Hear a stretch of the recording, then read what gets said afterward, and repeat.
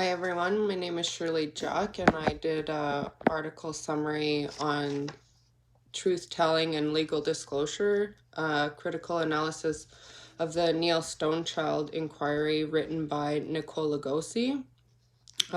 Nicole Lugosi's thesis is that the murders and incidents of the Starlight Tours were characterized as administrative issues rather than a race issue between the police officers and the Aboriginal victims.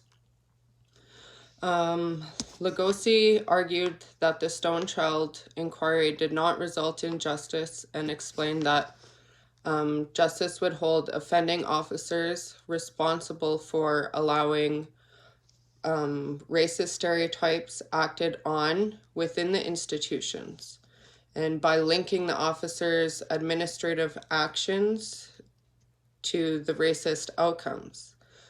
She declared in this quote on page 311 that ignoring power relations allows systemic violence to continue. So for the summary, the article, in 1990, the body of a Cree youth named Neil Stonechild was found in the beginning of winter in an industrial area outside of Saskatoon, and his suspicious death, along with other similar deaths to come in the following years, gave cause for Aboriginal lawyer named Don Worm to lobby and launch a public inquiry into Stonechild's death. And so the inquiry started in 2003 and was available to the public 1 year later.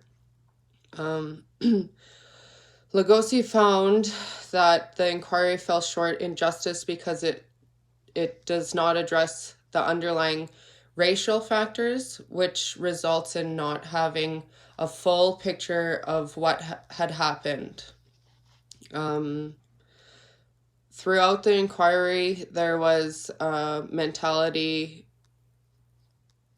that there were just a few bad apples, which is wrong, and colonization resulting in racism was the problem. I think Lugosi was trying to say that too.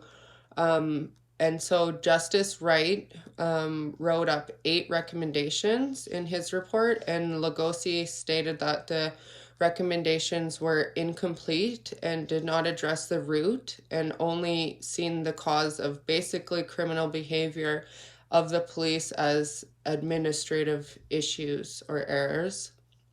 And so in conclusion, the report was conducted and the findings supported that Stonechild's experience was known as what has happened to others as the Starlight Tour, and the underlying issue of racism and systemic racism was excluded. So Lugosi concluded that the inquiry provided phantom justice, meaning inquiries just end up on a shelf and band-aids are not fixing the problem, and without resolution, the issue would keep happening.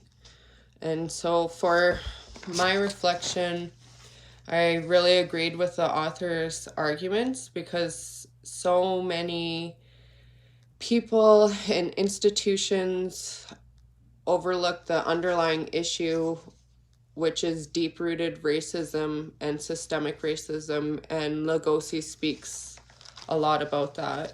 And I'm not surprised with the text, as it reinforces that the law has a one-pants-fits-all approach, and if there were laws based on Aboriginal views, the outcome would be definitely different. The most interesting thing I learned from the article is that the solutions and recommendations in the report were based on multicultural minorities. And the thing is, Aboriginals are not the same. Indigenous rights are different than minorities, hence this section 35 of the Canadian Constitution. I really enjoyed this article as it gave a lot of great examples, and Lugosi was able to word things with great meaning. I shared this article with a few of my family members, and it turned into lots of deep discussions.